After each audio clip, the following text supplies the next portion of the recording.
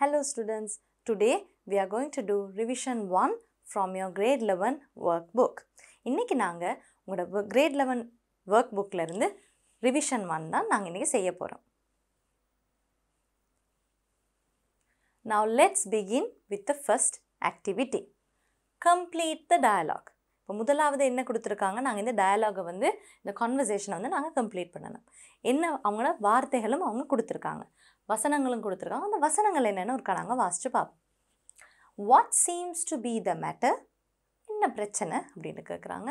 Bed rest, ஓய்வு. You have the flu, உங்களுக்கு வந்து தடுமல் குணமாக இருக்கு. Does it hurt? உங்களுக்கு இங்கே வலிக்குதா? Drug allergies, ஏதாவது மருந்துக்கு உங்களுக்கு ஒவ்வாமை இருக்கா? Since yesterday evening, நேற்று அந்தியிலிருந்து. 3 times a day, ஒரு நாளைக்கு 3 தடவை. Plenty of fluids, அதாவது நிறைய தண்ணீர், நீர் ஆகாரம் அருந்துங்கள். I have a fever and a headache, எனக்கு வந்து காய்ச்சலும் தலைவலியுமா இருக்கு. இப்போ இதுலேருந்து உங்களுக்கு தெரிஞ்சிருக்கும், இது வந்து நீங்கள் ஒரு டாக்டர்கிட்ட போனால் நீங்கள் என்ன மாதிரியான ஒரு உரையாடல் நடக்குமோ அந்த உரையாடல் தான். இப்போ நாங்கள் ஒன்றொன்றா இதை கம்ப்ளீட் பண்ணுவோம். Hello, says the doctor. Then what can be the first one? It can be what seems to be the matter.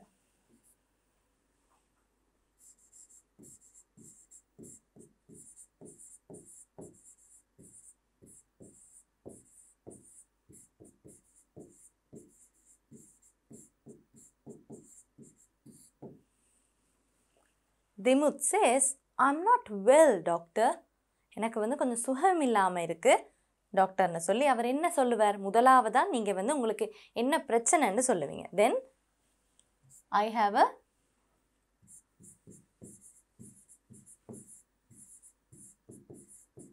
fever and headache. How long have you been unwell? உங்களுக்கு எவ்வளோ நாளாக இப்படி சுகம் இல்லாமல் இருக்கீங்கன்னு டாக்டர் கேட்குறார். அப்போ அதுக்கு என்ன பதில் வரும்? Since yesterday evening.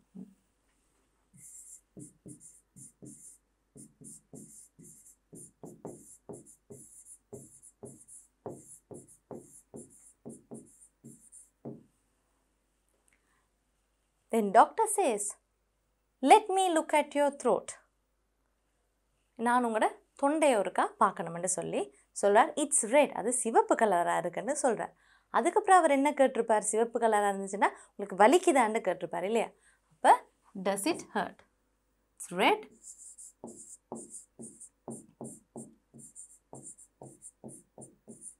Does it hurt? Yes, it's so. கொஞ்சம் தொண்டை வந்து ரொம்ப கரகரப்பாக கொஞ்சம் வலியாக தான் இருக்குன்னு சொல்கிறார். இப்போ டாக்டர் என்ன சொல்கிறார்? It seems that. இப்போ தான் டாக்டர் வந்து அவரோட டயக்னோசிஸ் அவர் வந்து என்னவா இருக்குமென்று அவர் சொல்கிறார். இப்போ it seems that you have the flu.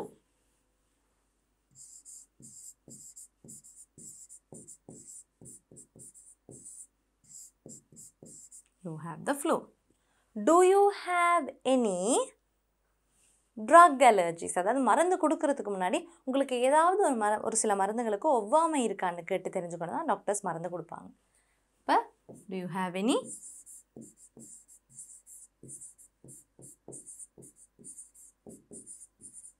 drug allergies? Well, not that I know of. எனக்கு தெரிஞ்ச வரையில் எனக்கு ஒன்றும் அப்படி இல்லைன்னு அவர் சொல்கிறார். Take this medicine 3 times a day. இப்போ வந்து மருந்தை எப்படி குடிக்கணும்னு சொல்லியிருக்கிறார். 3 times a day. Drink plenty of fluids. நிறைய தண்ணி குடிங்கன்னு சொல்லியிருக்கிறார்.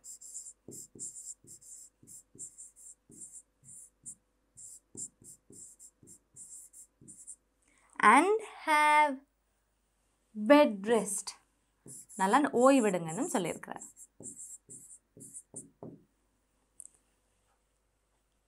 It's better if you can come in 3 days for a checkup. அதாவது 3 நாள் கழித்து ஒரு வாங்க, உங்களை செக் பண்ணி பார்க்கணும் எல்லாம் சரியாயிடுச்சாண்டு. வழக்கமாக டாக்டர்ஸ் கொடுக்குற அட்வைஸ் தான் அது. Dimuth says, thank you doctor.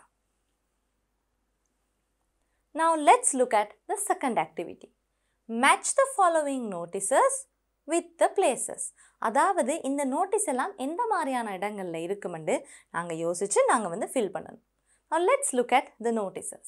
First one, place all rubbish in bins provided.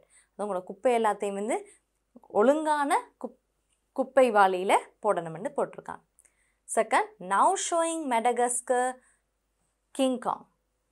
Probably a theatre. ஒரு தியேட்டரில் தான் என்னென்ன படம் போடுவாங்கன்னு பில்போர்டு இருக்கு. Third, no stopping or turning. நீங்கள் வந்து பிரயாணம் செய்கிற நேரம் உங்களுக்கு வந்து ரோடில் வந்து இந்த மாதிரி சைன்ஸ் இருக்கலாம். Keep to the left on stairs. Hold on to the handrail where possible. அது படிகளில் ஏறுறதுக்கான அறிவுரை தான் இது. அஞ்சாவது என்னது? No trespassing. அதாவது யாரும் வந்து உள்ளே வர முடியாது, தேவையில்லாமல் உள்ளே வர முடியாது. Danger. Men working overhead. அபாயம், மேலே வந்து மனிதர்கள் வேலை செய்து கொண்டிருக்காங்க என்று எழுதியிருக்கு. At an expressway. அதாவது இந்த ஹைவே உங்களுக்கு கேள்விப்பட்டிருப்பீங்க தானே, சதர்ன் எக்ஸ்பிரஸ்வே. அதில் உங்களுக்கு என்ன மாதிரியான அறிவுரைகள் இருக்கும்? No stopping or turning. ஒரு ஹைவேல போனீங்கன்னா ஒரு கட்டம், ஒரு சில கேப்பில் வந்து நீங்கள் வந்து நிப்பாட்டவும் முடியாது, டேர்ன் பண்ணவும் முடியாது. அதுக்கேற்ற மாதிரி நீங்கள் வண்டி வாகனத்தை ஓட்டணும். At a cinema, very easy. Number second. In a public place or a park. ஒரு பொது இடத்துலையா இருக்கலாம் அல்லது ஒரு பூங்காவாக இருக்கலாம். அங்கே என்ன மாதிரி அறிவுரைகள் இருக்கும்?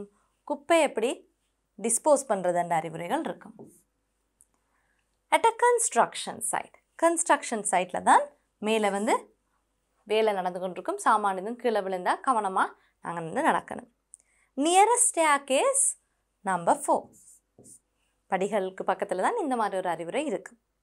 ஆன் ப்ரைவேட் ப்ராப்பர்ட்டி, அதாவது ஒரு தனி இடத்துல வந்து நாங்கள் வந்து நோ ட்ரெஸ்பாசிங் என்ற இதை பார்க்கலாம். Now let's move on to the next activity. Write sentences describing the pictures. Use adjectives, adverbs where necessary. இப்போ நாங்கள் ரொம்பவே கவனமாக இந்த படத்தை பார்க்கணும். அதுக்கு முதல்ல நாங்கள் வந்து என்ன டென்ஸ் யூஸ் பண்ணி நாங்கள் இந்த பிக்சர்ஸை டிஸ்கிரைப் பண்ணணும்னு பார்க்கலாம். சென்டென்சஸ் டிஸ்கிரைபிங் த பிக்சர்ஸ், அதுலேயே உங்களுக்கு ஒரு சின்ன க்ளூ கிடச்சிருக்கும். இதில் நாங்கள் ப்ரெசண்ட் கண்டினியூஸ் டென்ஸில் தான் நாங்கள் வந்து சென்டென்சஸ் எழுதணும். ப்ரெசண்ட் கண்டினியூஸ் டென்ஸ்னால் உங்களுக்கு ஞாபகம் இருக்கா? கொஞ்சம் அதை நினைவுபடுத்தி கொள்ளலாம்.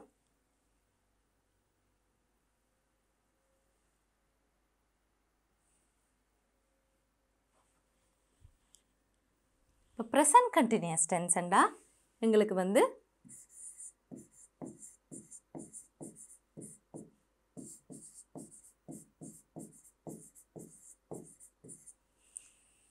be verb plus verb plus ing. be என்றது எது வரும்? இந்த இடத்துல வந்து நாங்கள் ஐ என்று சொல்லி நாங்கள் ஒரு வசனம் எழுத போகிறதில்ல. ஏன்னா நாங்கள் தான் இந்த மனிதர்களை வந்து டிஸ்கிரைப் பண்ண போகிறோம். அப்போ இங்கே வந்து நாங்கள் is are plus verb plus ing என்று வரும். இப்போ நாங்கள் அதோட ஞாபகம் வச்சுக்கொள்ளுங்க, நாங்கள் சரியான அட்வர்ப்ஸும் யூஸ் பண்ணணும், அட்ஜெக்டிவ்ஸும் யூஸ் பண்ணணும். அப்போ பொருத்தமான இடத்துல அட்வர்ப்ஸும் அட்ஜெக்டிவ்ஸும் யூஸ் பண்ணி நாங்கள் இந்த சென்டென்சஸை எழுதுவோம். Now first let's look at the first picture. You can see a lady. She is carrying a suitcase or a luggage and you can see that she looks very tired. No? Looks like a very heavy luggage. அது கொஞ்சம் ரொம்பவே பாரமான ஒரு பெட்டியை தூக்கி கொண்டு போகிறாங்க. கொஞ்சம் களைப்பான முகமாகவும் இருக்குது. இப்போ நாங்கள் இதை வச்சு ஒரு சென்டென்ஸ் எழுதுவோம். The lady is slowly pulling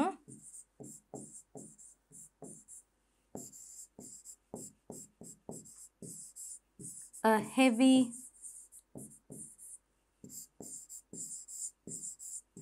luggage. She looks tired or she is tired.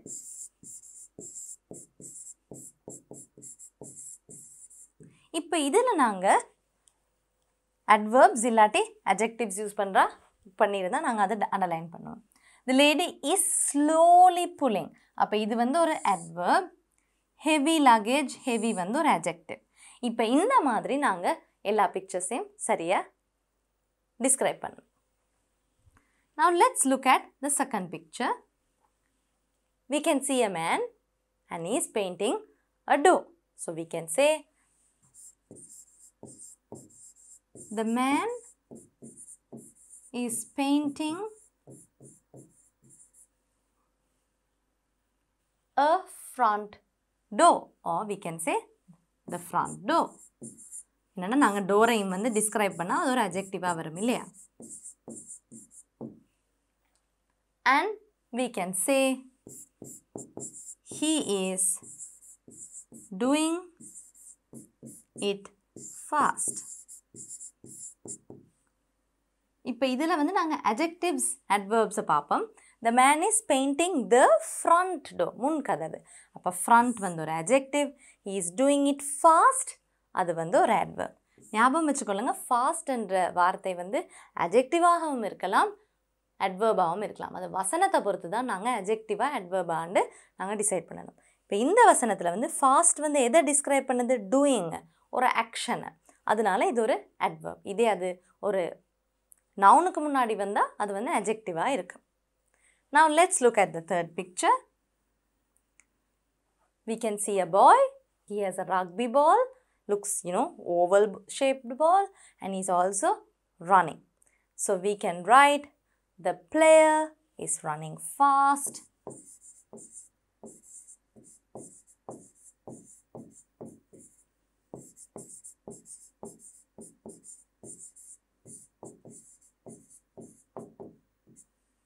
What else can we say? He is carrying a rugby ball.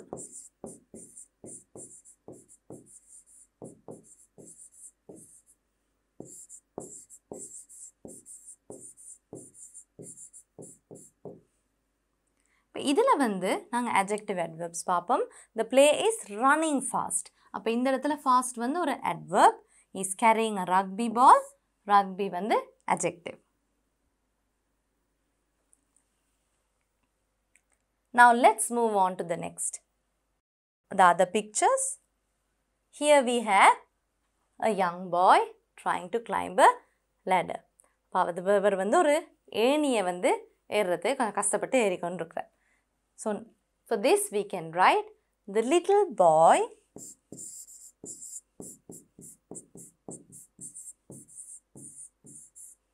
is climbing a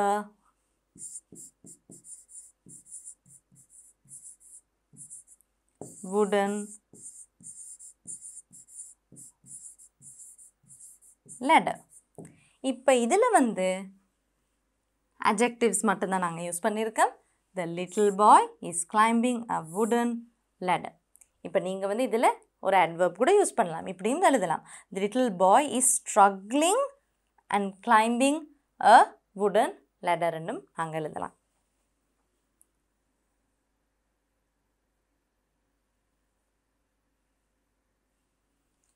Next, look at the picture. There is a man, he is carrying a box. And look at him, the sweat. அவர் வந்து கடினமாக அவருக்கு ரொம்பவே பாரமான ஒரு பெட்டி போல் இருக்கு, ரொம்பவே கஷ்டப்பட்டு அதை தூக்கி கொண்டு இருக்கிறார். So we can write the tired man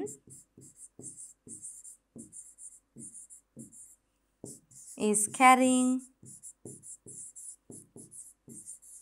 a heavy box.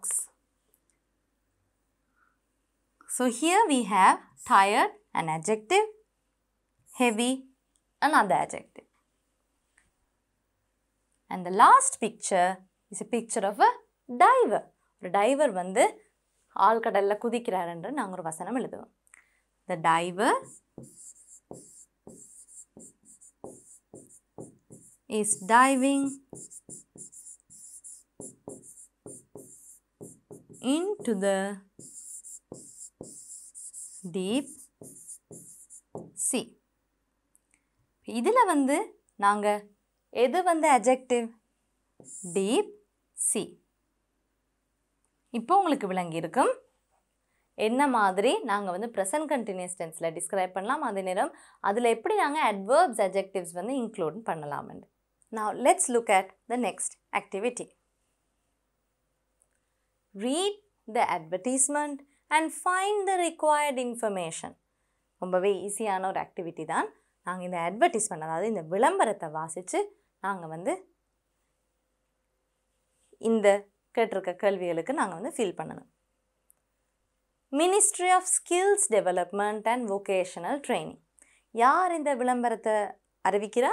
Ministry of skills development. அதாவது வந்து உங்களோட ஸ்கில்ஸ் அண்ட் வந்து உங்களோட டேலண்ட்ஸ் அதுகளை வந்து வளர்க்குறதுக்கான ஒரு மினிஸ்ட்ரி இருக்குது. அண்ட் வொகேஷனல் ட்ரைனிங், அதாவது யூனிவர்சிட்டி போக கிடைக்காத ஆட்கள் வந்து வொகேஷனல் ட்ரைனிங் போவாங்க. Is offering a diploma course in information technology. அதாவது ஐடியில் தான் இவங்க வந்து ஒரு கோர்ஸ் வந்து வெளியிடுறாங்க. ஃபார் யங் ஸ்கூல் லீவர்ஸ், யாருக்காக? இளம் வயதிலேயே பாடசாலை கல்வி கல்லூரியை வந்து நிப்பாட்டி இருக்கிறார்களுக்கான ஒரு course. Course content, office applications, email and internet, web designing, graphic designing. இந்த மாதிரியான பாடங்கள் தான் நீங்கள் இந்த இன்ஃபர்மேஷன் டெக்னாலஜியில் இந்த கோர்ஸில் படிக்க போகிறீங்க. The course will be conducted free of charge. இதுக்கு வந்து நீங்கள் எந்த கட்டணமும் செலுத்த தேவையில்லை. அண்ட் கவர்ட் இன் 180 hours, 180 மணித்தியாலங்களுக்கான கோர்ஸ் இது. அப்போ அதை வந்து பிரித்து கிட்டத்தட்ட ஒரு 3-4 மாதம் உரிய கோர்ஸாக இருக்கும். Applicant should be between 18 to 22 years. எந்த வயதுக்காரர்கள் இதுக்கு அப்ளை பண்ணலாம்? 18லேருந்து 22 வரைக்குள்ள மாணவர்கள். With 6 passes at GCE O level. இப்போ O லெவலில் வந்து நீங்கள் 6 பாடங்கள் பாஸ் பண்ணியிருக்கணும், இன்க்ளூடிங் இங்கிலீஷ் அண்ட் மேத்தமெட்டிக்ஸ். அது ஆங்கிலமும் கணிதமும் வந்து பாஸ் பண்ணியிருக்கணும். அதாவது 6க்குள்ளே ஆங்கிலமும் கணிதமும் இருக்கணும். Please send you applications to number 354/2 Elvitigala Mawatha Colombo 5 இந்த அட்ரஸுக்கு அனுப்பணும். On or before 31st March 2015. இதுவும் ரொம்பவே முக்கியம். ஒரு டெட்லைன் இருக்குது. 31ஆம் தேதி மார்ச்சுக்கு முதல்ல 2015க்கு முதல்ல நீங்கள் வந்து அனுப்பணும். Now let's fill the questions. Name of the course.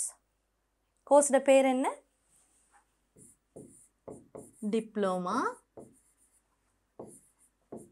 In information technology. Offered by, யார் இதை வந்து உங்களுக்கு கட்டணமே இல்லாமல் வந்து உங்களுக்கு வந்து இதை படிக்கிறதுக்கு ஏற்பாடு செய்கிறாங்க? Ministry of skill development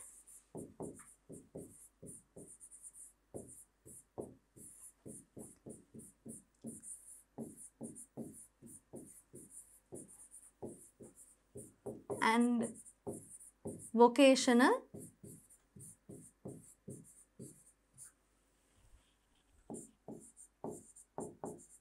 training. Course கண்டென்ட்ங்கிறது இந்த 4 விஷயமும் அதை நீங்களாவே நீங்கள் வந்து எழுதலாம். அதில் எந்த ஒரு மாற்றமும் இல்லை.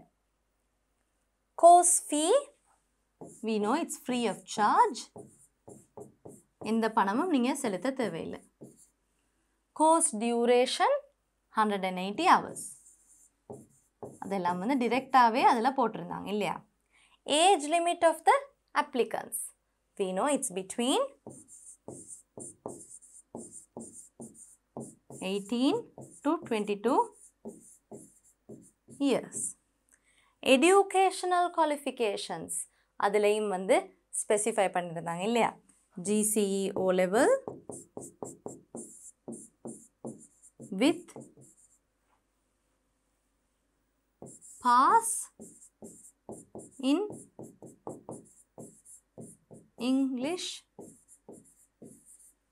and mathematics. Address to which applications should be sent, அதுவும் ரொம்பவே ஈஸி. அவங்க டிரெக்டாகவே கொடுத்துருந்தாங்க. Number 354/2 எல்விட்டிகல மாவத்த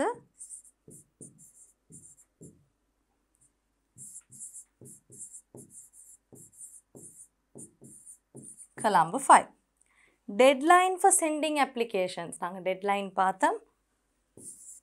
On or before 31st March 2015. இப்படி நீங்க ஒரு அட்வர்டைஸ்மெண்ட் வாசிச்சு அதுலேருந்து இன்ஃபர்மேஷனை நீங்கள் எக்ஸ்ட்ராக்ட் பண்ணி இந்த மாதிரி தகவல்கள் ஃபில் பண்ண உங்களுக்கு தெரிஞ்சிருக்கணும். Let's look at the fifth activity. Fill in the blanks with the given words. Could, must, shall, should, would. இந்த வேர்ட்ஸ் எல்லாம் என்ன? இந்த வேர்ட்ஸ் எல்லாம் மோடல் வேர்ட்ஸ். இப்போ நாங்கள் கரெக்டான மோடல் வேர்ட்ஸை எழுதணும். அதே நேரம் இந்த இடத்துல நாங்கள் ப்ராக்கெட்ஸில் என்ன கொடுத்துருக்காங்கன்னு பார்ப்போம். கமாண்ட் கட்டளை, அட்வைஸ் அறிவுரை, சஜஷன் ஒரு கருத்தை முன்வைக்கிறது அல்லது ஒரு ஐடியாவை சஜஸ்ட் பண்ணுறது, இன்விடேஷன் ஒரு அழைப்பு விடுக்கிறது, ரிக்வெஸ்ட் ஒரு கோரிக்கை விடுக்கிறது. அதுக்கு ஏற்றா போல தான் நாங்கள் இங்கே பிளாங்க்ஸை ஃபில் பண்ணணும். கமாண்ட் அப்படின்னா நாங்கள் எப்படி ஃபில் பண்ணணும்? You blank report to duty immediately. கட்டாயம் செய்யணும். அப்படின்னா must. You must report to duty immediately. Advice. You blank take a healthy diet. Advice கொடுக்குறேன்னா நாங்கள் எப்படி சொல்லுவோம்? You should.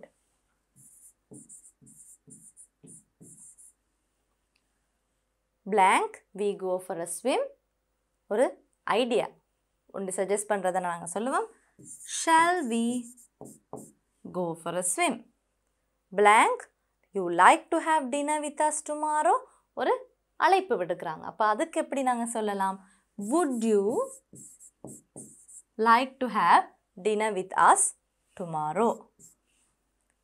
The last one, blank you please type this letter for me.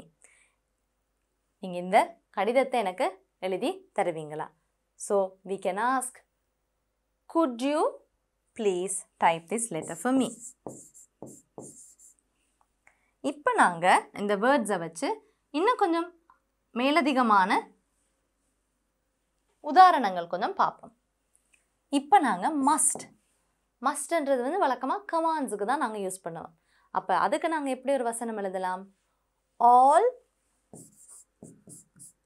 project leaders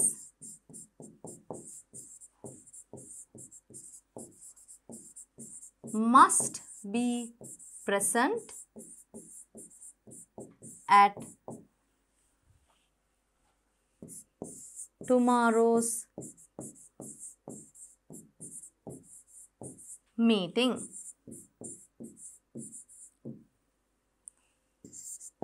இப்போ நாங்கள் should ஒரு அறிவுரை உண்டு எப்படி எழுதலாம்?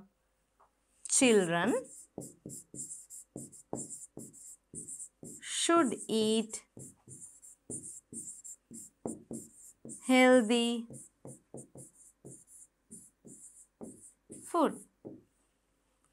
அடுத்ததான் நாங்கள் shall ஒரு ஐடியா உண்டு சஜஸ்ட் பண்ணுறதுன்னா நாங்கள் எப்படி ஒரு வசனம் எழுதலாம்?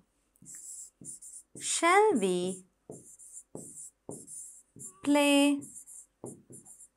in the garden? அங்கே தோட்டத்தில் போய் விளையாடுவோமா என்று கேட்கலாம்.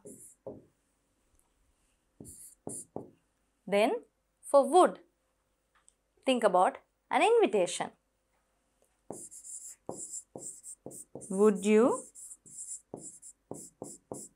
like to have tea with me? என்னோட தேநீர் பருக வருகிறீங்களான்னு கேட்கலாம். Last one, could. This is a request. So we can ask, could you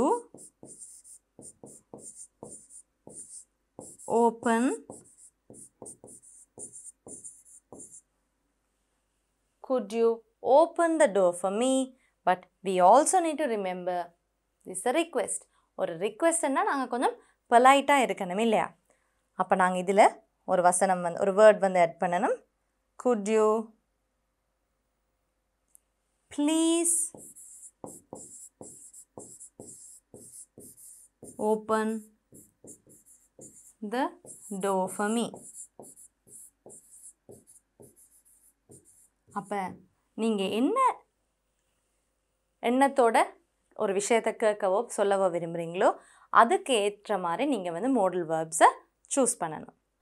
let's look at activity 6.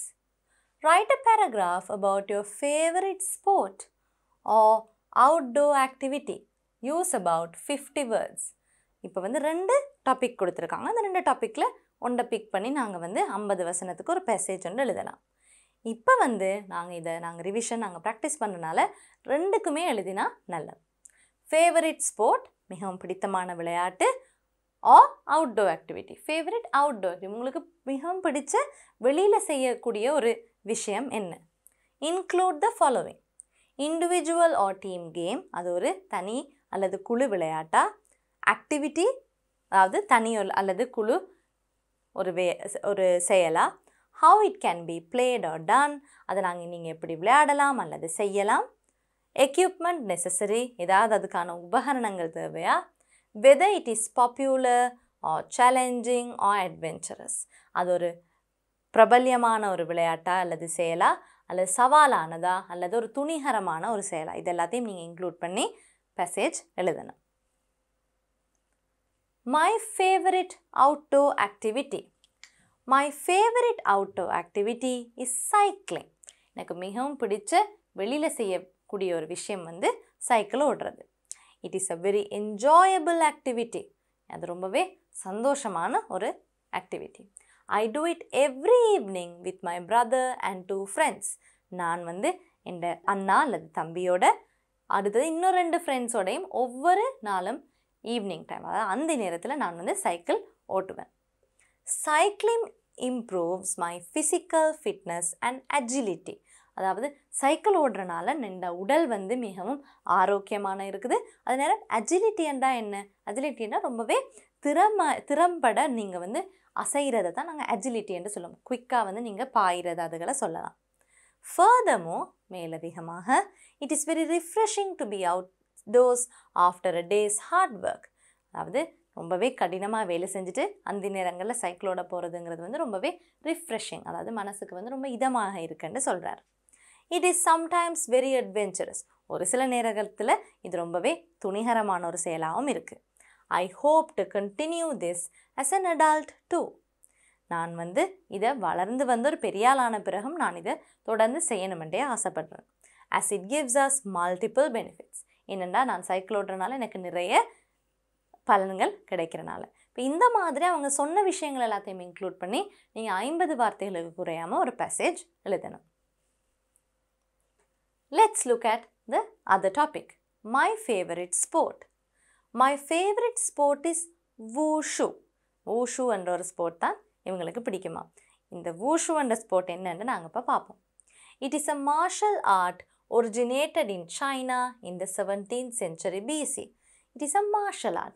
Marshal ஆர்ட்னா என்னென்னா வந்து தற்காப்பு கலை வடிவங்களை தான் நாங்கள் மார்ஷல் ஆர்ட்னு சொல்லுவோம். அதாவது கராத்தே மாதிரியான விளையாட்டுகளையும் நாங்கள் வந்து மார்ஷல் ஆர்ட்னு சொல்லுவோம். இது எங்கே வந்து உருவாகி இருக்கு? சைனாவில் வந்து 17th century BC 17ஆம் நூற்றாண்டுகளில் உருவாகி இருக்கு. It is an individual game that involves stances, kicks, punches, balances, jumps, etc. இது வந்து ஒரு தனிநபர் விளையாட்டு. இதில் நாங்கள் என்ன மாதிரியான செயல்களை செய்வோம்? ஸ்டான்சஸ், அதாவது ஒரு சில பொசிஷன்ஸை சொல்கிறாங்க. கிக்ஸ் உதைக்கிறது, பஞ்ச் குத்துறது, பேலன்ஸ் ஒரு சமநிலையாக நிற்கிறது, பாயிறது, இந்த மாதிரி நிறைய ஆக்ஷன்ஸ் இருக்குது. இப்போ உங்களுக்கு விளங்கி இருக்கும். நீங்கள் பிக் பண்ணுற ஸ்போர்ட்டை பொறுத்து ஆக்ஷன்ஸும் வேறுபடும். அதுக்கேற்ற மாதிரி நீங்கள் எழுதணும். I like it because it brings together the movements, breathing and action within one person. இது இவருக்கு ஏன் பிடிக்குமாம்? அதாவது எங்களுக்குள்ளே இருக்கிற அசைவுகள் மற்றும் மூச்சு பயிற்சி அது எல்லாத்தையும் வந்து ஒன்றா கொண்டு வரனால. It improves my physical fitness and level of concentration. அது என் உடல் ஆரோக்கியம் மட்டும் இல்லாமல் என் கவன குவிப்பையும் வந்து அதிகரிக்குது.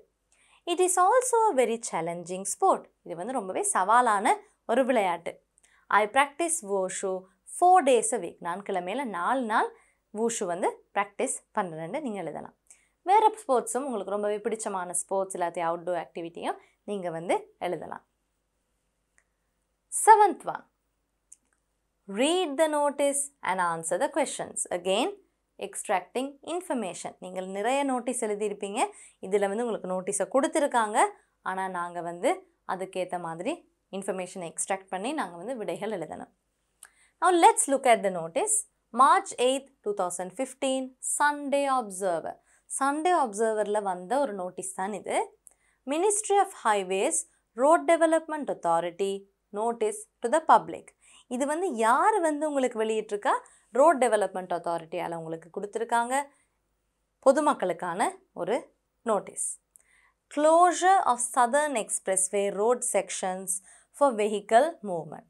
அதாவது உங்களுக்கு தெரியும், தெற்கு அதிவேக பாதையில் ஒரு சில இடங்கள் வந்து மூடப்பட்டு இருக்க போகுதாம். அதற்கான ஒரு நோட்டீஸ் தான் இது.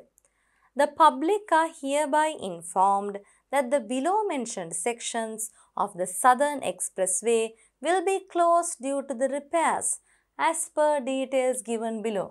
Closed due to repairs, அதாவது ஒரு சில திருத்த வேலைகளுக்காக இந்த மாதிரி இடங்கள் வந்து க்ளோஸ் பண்ணி வச்சுருக்காங்களாம். என்ன இடங்கள்னு நாங்கள் பார்ப்போம். செக்ஷன் ஆஃப் ரோட், எந்த பாதை வந்து மூடப்பட்டிருக்கு, date and time of closure, எந்த நேரத்தில் மூடப்பட்டிருக்கும்.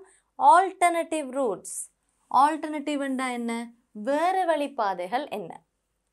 குருந்தேகஹத்தெக்கும இன்டர்சேஞ்ச் டு பத்தெகாம இன்டர்சேஞ்ச், அந்த இடத்துல வந்து எப்போ வந்து க்ளோஸ் பண்ண போகுது, from 11 PM on 10th March to 1 AM on 11th March 2015. 10ஆம் தேதியிலேருந்து 11ஆம் தேதி 11 மணியிலிருந்து 1 மணி வரைக்கும்.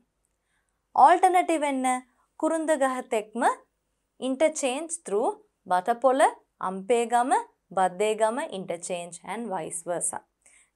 இது வந்து இந்த ரூட்டுக்கு போய் அதே நேரம் பத்தேகாமையிலிருந்தும் குருந்தகஹத்தெக்மக்கு எப்படி போகிறதுன்னு சொல்லியிருக்காங்க. இன்னொரு என்ன செக்ஷன் மூடப்பட்டிருக்கு, இமாதுவ இன்டர்சேஞ்ச் டு கொக்மதுவ இன்டர்சேஞ்ச், இந்த இடமும் வந்து பூட்டியிருக்க போகுது. From 11 PM on 20th March to 1 PM on 21st March 2015. அதுக்கான ஆல்டர்னேட்டிவ் ரூம் என்ன, Imaduwa interchange through Galkaduwa Kananke Kokmaduwa interchange and vice versa. இப்போ இதுக்கான கேள்விகளையும் நாங்கள் பார்க்கணும். Any inconvenience caused due to the closure is regretted.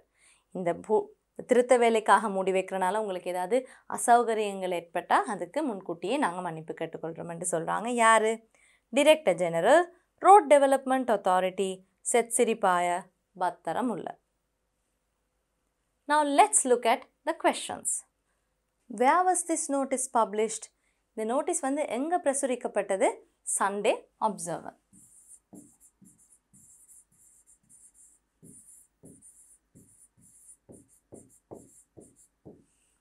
What was the purpose of publishing this notice?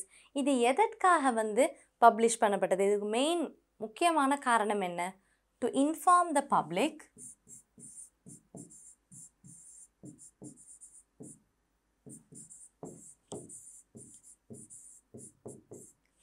about what? About the closure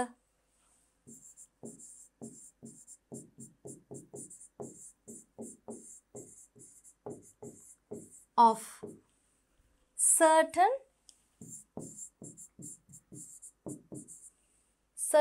sections of the Southern Expressway.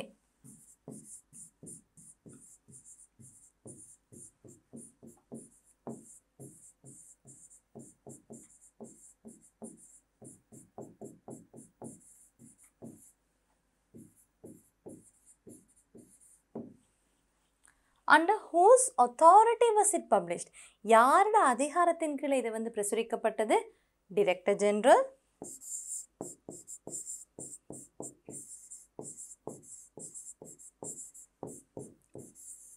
Road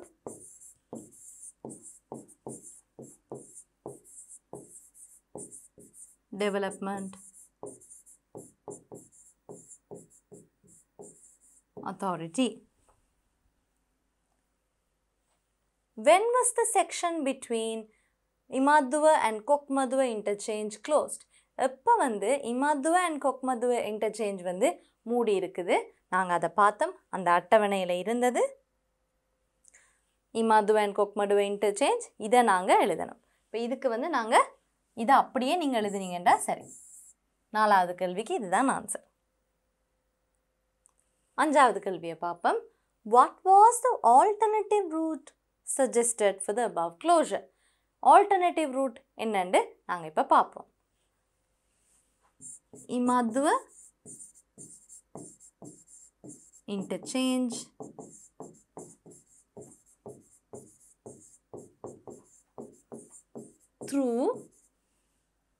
through where கல்கடுவ. உங்களுக்கு அந்த பேர்கள் கொஞ்சம் கஷ்டமாக இருந்துச்சுன்னா நீங்கள் போய் ஸ்பெல்லிங் பார்க்கலாம். கல்கடுவ Kananke கொக்மடுவ.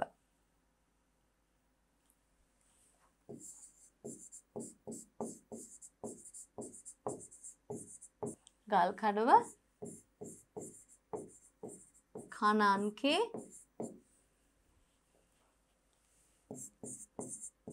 கொக்மடுவ. கொக்மடுவ interchange and vice versa.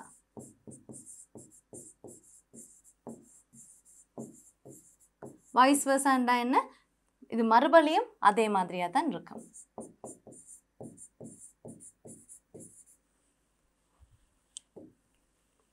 Write the sentence which expresses regret for the inconvenience caused to the public. அதை நாங்கள் பார்த்தோம். ஒரு தனி வசனமே இருந்தது இல்லையா? அப்போ நாங்கள் அதை எழுதலாம். Inconvenience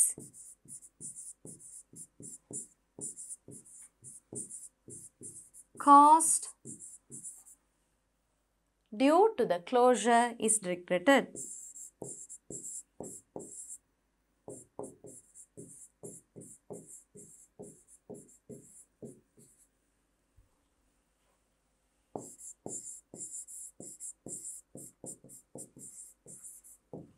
Now let's look at the next activity.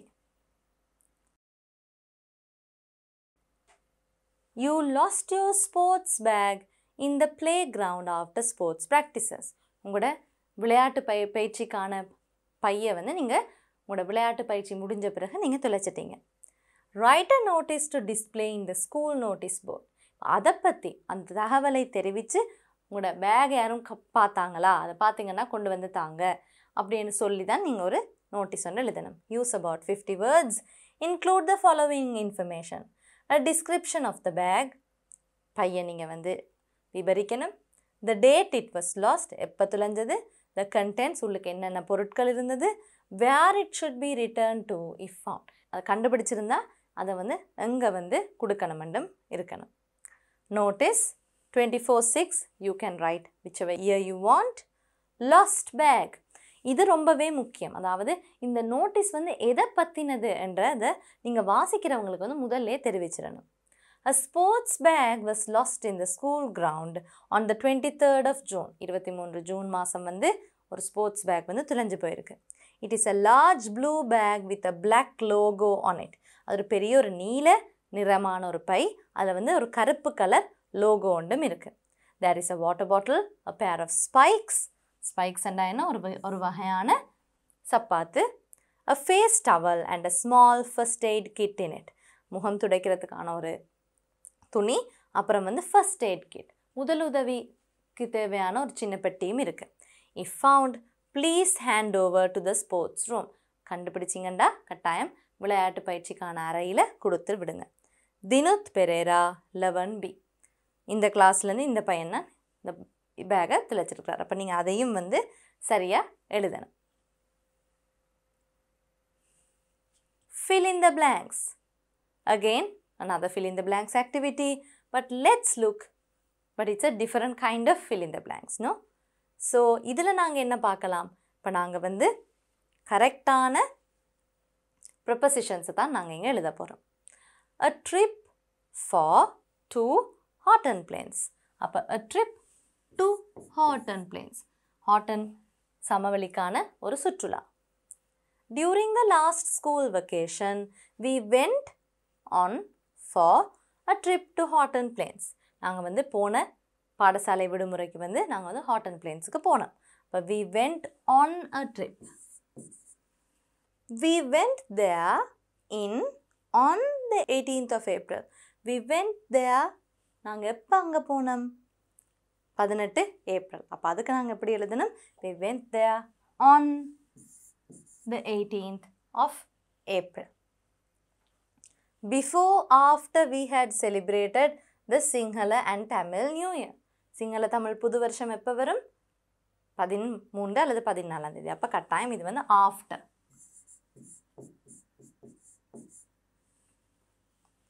My father said that it was best to go there on April as the weather is warm. அப்போ அவங்க அப்பா என்ன சொல்லியிருக்காங்க? நான் வந்து ஏப்ரல் மாதம் வந்து நுரலியா போகிறதான் ஒரு நல்லதுன்னு சொல்லியிருக்காங்க. ஏன்னா வெதர் வந்து கொஞ்சம் கதகதப்பாக இருக்குமெண்டு. அப்போ அதுக்கு நாங்கள் என்ன ப்ரொபசிஷன்ஸ் யூஸ் பண்ணணும்? Go there in April as the weather is warm and there's less chance to rain, less chance of rain. So we know it's less chance of rain. இப்போ இந்த இடத்துல ப்ரொபசிஷன்ஸ் வந்து வசனம் எப்படி ஒழுங்கமைச்சிருக்காங்களோ அதுக்கேற்ற மாதிரி தான் நாங்கள் ப்ரொபசிஷன்ஸையும் சூஸ் பண்ணி எழுதணும். We boarded the Colombo Badulla train at Polgahavela. அப்போ அவங்க வந்து உங்களோட பிரயாணத்தை பற்றி இப்போ சொல்கிறாங்க. இப்போ வந்து பொல்கஹாவேலையில் வந்து கொலம்போ பதுல்ல ட்ரெயின் எடுத்து தான் போயிருக்காங்க. The journey was so enjoyable after while traveling for about of 4 hours. இப்போ நாங்கள் முதலாவது செக்ஷனை மட்டும் பார்ப்போம். The journey was so enjoyable after traveling for எவ்வளோ நேரத்துக்கு பிறகு வந்து அந்த பிரயாணம் வந்து நல்ல சந்தோஷமாக மாறிச்சாம். traveling for about 4 hours of 4 hours. இதுலேயும் வந்து நாங்கள் about தான் சரியானதாக இருக்கும். கிட்டத்தட்ட ஒரு 4 மணித்தியால பிரயாணத்துக்கு பிறகு அந்த பிரயாணம் வந்து ரொம்பவே நல்லதாக மாறி இருக்கு. ஏன்னா கொழும்பை விட்டு இவங்க தூரமாக போயிருப்பாங்க. கிளைமேட்லாம் வந்து நல்லா குளிராக நல்லா கதகதப்பாக மாறி இருக்கு. We got off at Oya station. எந்த ஸ்டேஷனில் இறங்கியிருக்காங்கன்னதையும் போட்டிருக்காங்க. From there we travelled in on a hired van. From there we travelled in a hired van.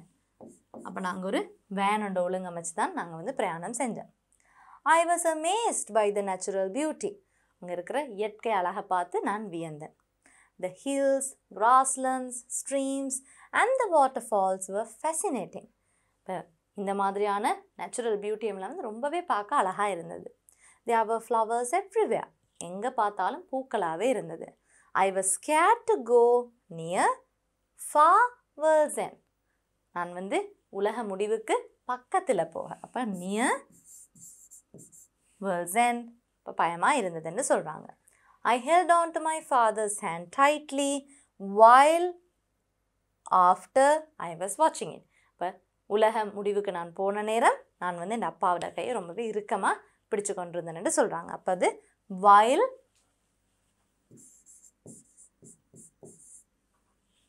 I was watching it. Let's look at activity 10. The underlined words in the following sentences are incorrect. எந்த வார்த்தையை underline பண்ணியிருக்காங்களோ அது வந்து பிழையான எழுதிப்பட்டு இருக்கு. Correct them by adding affixes or changing the word class. Affixes என்றால் உங்களுக்கு ஞாபகம் இருக்கா? ப்ரிஃபிக்ஸஸ் அண்ட் சஃபிக்ஸஸ் தான் நாங்கள் affixes என்று பொதுவாக சொல்லுவோம்.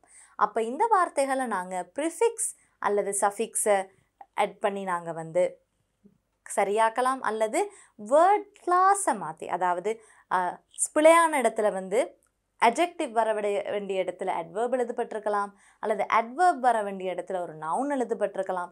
அது மாதிரி நாங்கள் வந்து ஒவ்வொரு வசனமாக நாங்கள் வந்து திருத்தி எழுதணும். Is something wrong? Hasith looks really happy. ஏதாவது பிரச்சனையா? ஹசித் வந்து பார்க்க ரொம்பவே சந்தோஷமாக இருக்கார். அது பிள்ளை தானே. இப்போ ஹசித் looks really unhappy. Ravindu is a cheerfully boy. முதலாவதுக்கு நாங்கள் வந்து ப்ரிஃபிக்ஸ் ஆட் பண்ணினோம். ரெண்டாவதுக்கு என்னது? ரவிந்து இஸ் அ சியர்ஃபுல்லி பாய். அது வந்து adverb, அது அங்கே பிழை, adjective எழுதணும். இப்போ cheerful boy அப்படின்னு நாங்கள் வந்து இந்த ஆக்டிவிட்டியை கம்ப்ளீட் பண்ணுவோம். Children usual play in the afternoon.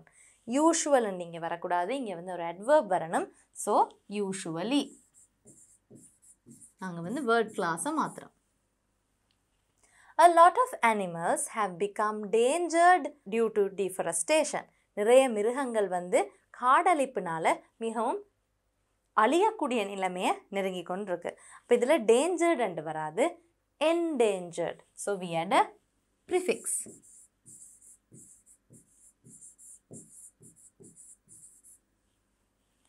A lot of forests are cut down. நிறைய வந்து காடுகள் வந்து அழிக்கப்படுது. ஏன்? Due to develop projects. Again, it's the wrong word class there. We need to make it into an adjective. Development projects.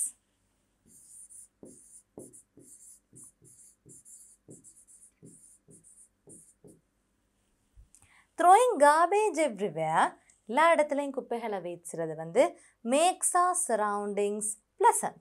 எல்லா இடத்துலையும் குப்பைகளை வீசினா அந்த சூழல் வந்து நல்லா இருக்குமென்று வசனம் இருக்குது. இப்போ ப்ளசண்ட் வந்து அங்கே பிள்ளை. இப்போ இந்த இடத்துல நாங்கள் ப்ரிஃபிக்ஸ் ஆட் பண்ணணும், unpleasant.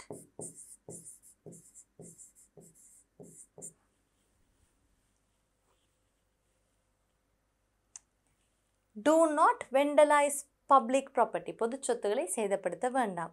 It is a punish offense. Again, punish வந்து ஒரு verb.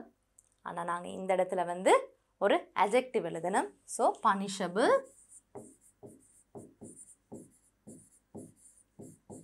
offense. These sums are done correctly. You have to do them again.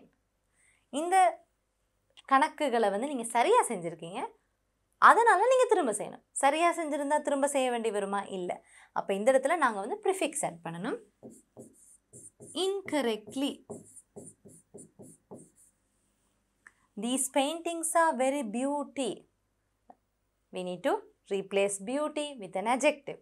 Adjective வந்து நாங்கள் எழுதணும். So, beautiful. Eating too much sweets can be harm to your health. Eating too much sweets. அப்போ eating என்ற verb தான் இங்கே நாங்கள் describe பண்ண போகிறோம். So, adverb. We need to write harmful. Let's look at activity 11. Fill in the blanks with the correct form of the verb given in the brackets. இப்போ நாங்கள் இந்த வேர்ப் ஃபார்மை கரெக்டாக நாங்கள் எழுதணும். இப்போ வேர்ப் ஃபார்ம்ஸ்ண்டா என்னெல்லாம் இருக்குது? பாஸ்ட் டென்ஸ் இருக்குது, பாஸ்ட் பார்ட்டிசிபல் யூஸ் பண்ணி நாங்கள் வேர்ப் ஃபார்ம் எழுத வேண்டி வரலாம். அடுத்தது கண்டினியூஸ் டென்ஸ். அப்போ பாஸ்ட் பார்ட்டிசிபல்ண்டா present perfect, past perfect, future perfect tense வரலாம். கண்டினியூஸ்ண்டா present continuous, past continuous, future continuous வரலாம். அதே நேரம் present perfect continuous, past perfect continuous, future perfect கண்டினியூஸும் வரலாம். இதெல்லாம் தான் வேர்ப் ஃபார்ம்ஸ் இல்லையா? இப்போ நாங்கள் சரியான வேர்ப் ஃபார்ம்ஸை தான் நாங்கள் இங்கே எழுத போகிறோம். அதாவது வசனம் வந்து என்ன வேர்ப் ஃபார்மில் இருக்கோ அதுக்கு பொருத்தமாக தான் நாங்கள் இதை ஃபில் பண்ணணும். Once upon a time there was an old man. முன்னொரு காலத்தில் ஒரு வயதான ஒரு ஆண் இருந்தார். Who has a daughter. அப்போ இது வந்து சிம்பிள் பாஸ்ட். அதனால் இங்கே வந்து ஹூ ஹேட் அ டாட்டர். அவருக்கு ஒரு மகள் இருந்தாங்களாம். She always complained that her life was hard and miserable. அவள் எப்போ பார்த்தாலும் இந்த வாழ்க்கை ரொம்பவே கஷ்டம்னு புலம்பிக் கொண்டே இருப்பாவாம். அப்போ இதுவும் பாஸ்ட் டென்ஸில் தான் வரும். She always complained. Past tense of complain is complained. One day, while she complained about her unhappy life, ஒரு நாள் வந்து அவள் வந்து அவட புலம்பலை வந்து புலம்பிக் கொண்டிருந்த நேரம். ஸோ இங்கே வந்து நாங்கள் பாஸ்ட் கண்டினியூஸ் டென்ஸ் தான் இங்கே வரும். One day while she was complaining.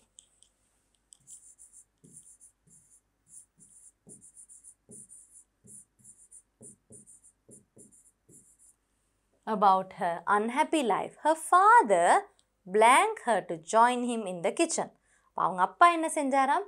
அவர் வந்து கட்டளையிட்டிருக்கிறார், நீங்கள் வந்து இப்போ இந்த சமையலறைக்குள்ளே வாங்கண்ட. அப்போ her father ordered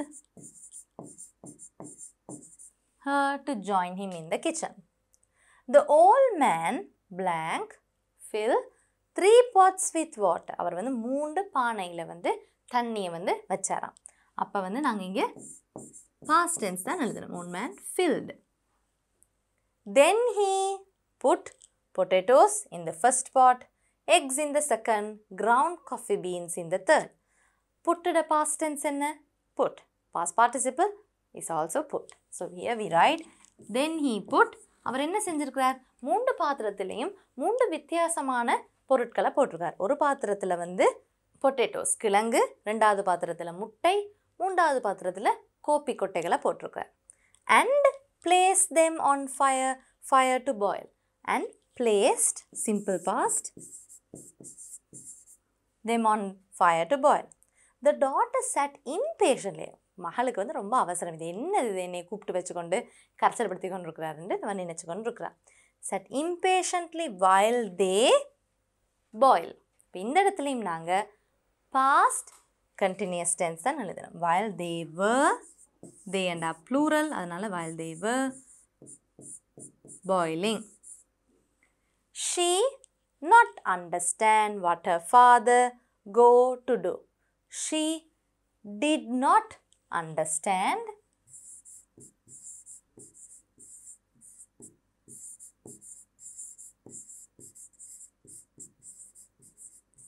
what her father go to do. அவன் வந்து அவக்கு அப்பா என்ன செஞ்சு கொண்டிருந்தான்னு விளங்கலை, செய்ய போறாருன்றதும் விளங்கலை.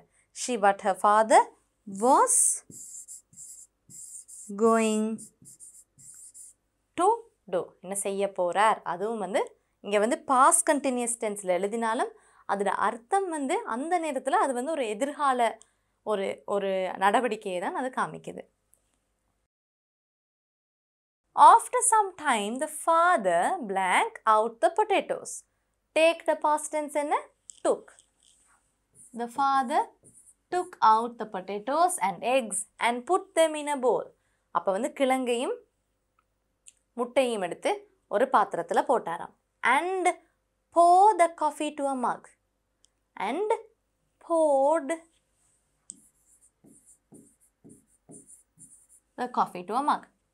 கோப்பி கொட்டைகளை தான் காஃபியை வந்து ஒரு மக்குகளை ஊற்றுறாராம். லுக் அட் தீஸ், இது எல்லாத்தையும் பாருங்கன்னு சொல்லியிருக்கிறார். ஹீ சேட பாஸ்ட் டென்ஸ் என்ன? செட். இப்போ இந்த இடத்துல நாங்கள் ஒரு ஸ்பெல்லிங் சேஞ்சை பார்க்கலாம்.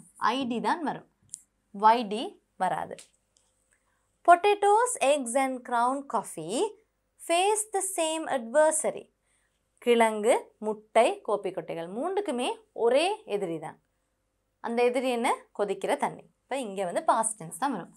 ஃபேஸ்ட் த சேம் அட்வர்சரி என்ற எதிரி என்ற அர்த்தம். Hard potatoes become soft. பிகம்ட பாஸ்ட் டென்ஸ் என்ன? பிகேம்.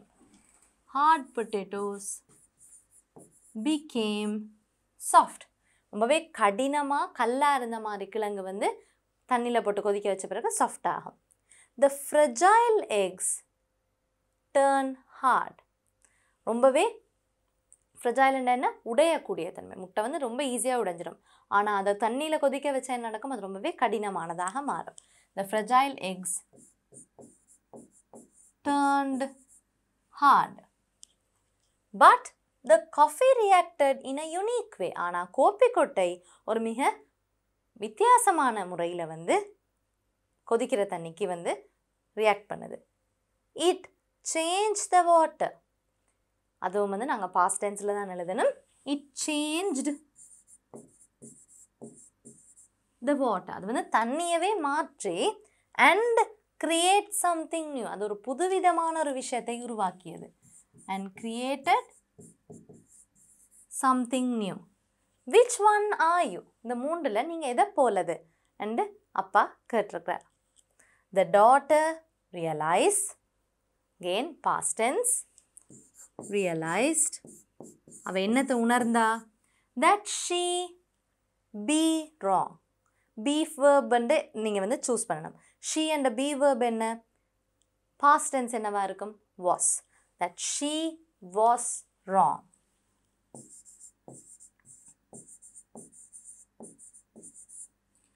all along. அவள் வந்து இவ்வளோ காலமும் பிழையாவே யோசிச்சு கொண்டிருக்காண்டு அவக்கு விளங்கியிருக்கு.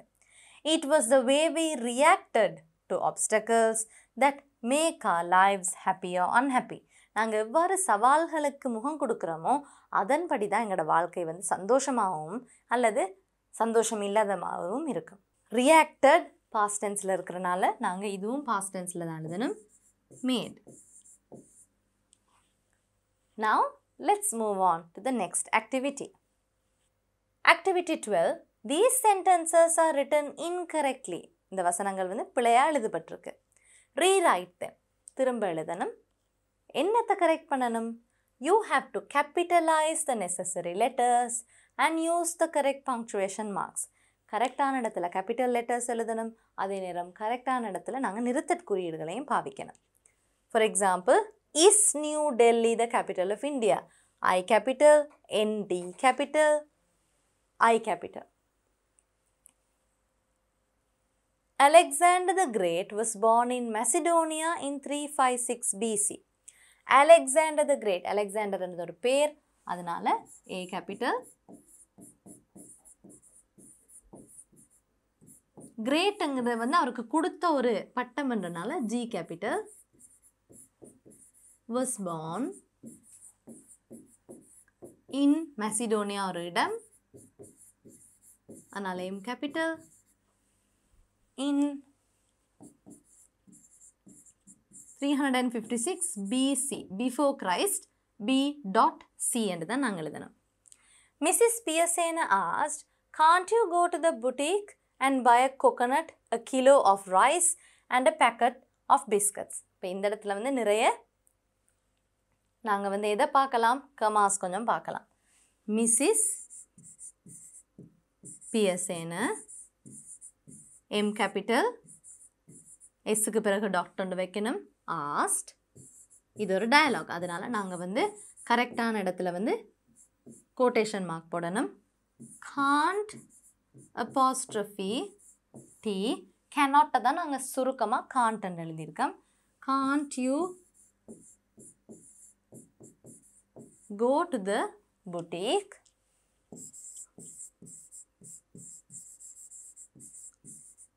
and buy a coconut, comma,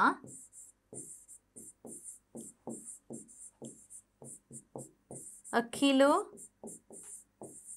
of rice. இதுக்கு பிறகு நீங்கள் கமா எழுதுவீங்களா? இல்லை, ஏன்னா அது மூன்றாவது கடைசி பொருள் வந்துட்டனால. and a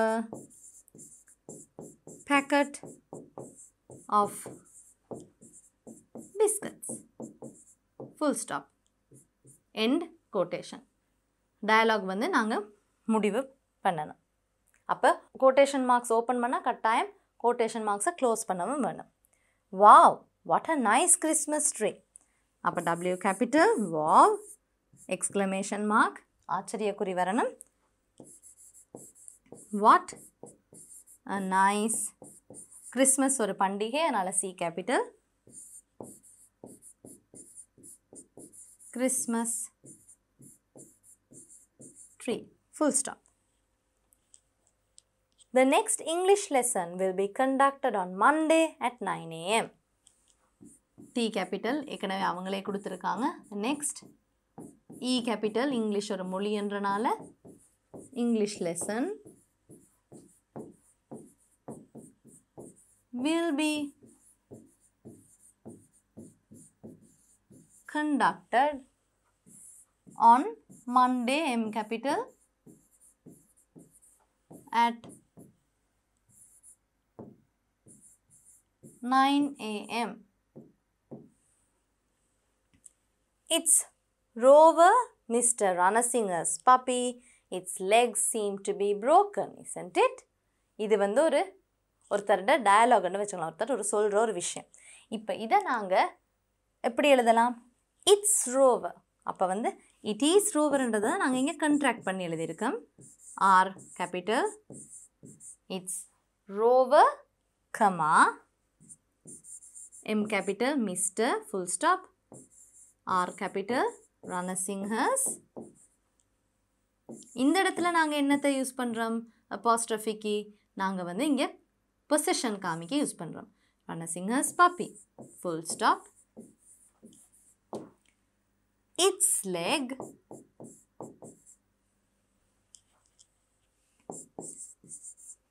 seems to be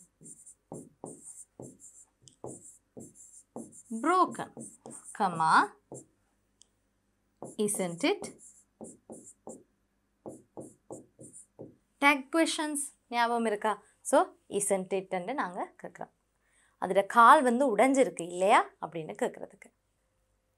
Number 13, let's look at this question as well. Write an essay on the topic of public property belongs to all of us. Let's protect this. Use about 100 words. 100 வார்த்தைகளுக்கு நீங்கள் ஒரு கட்டுரை எழுதணும். கட்டுரையோட topic என்ன?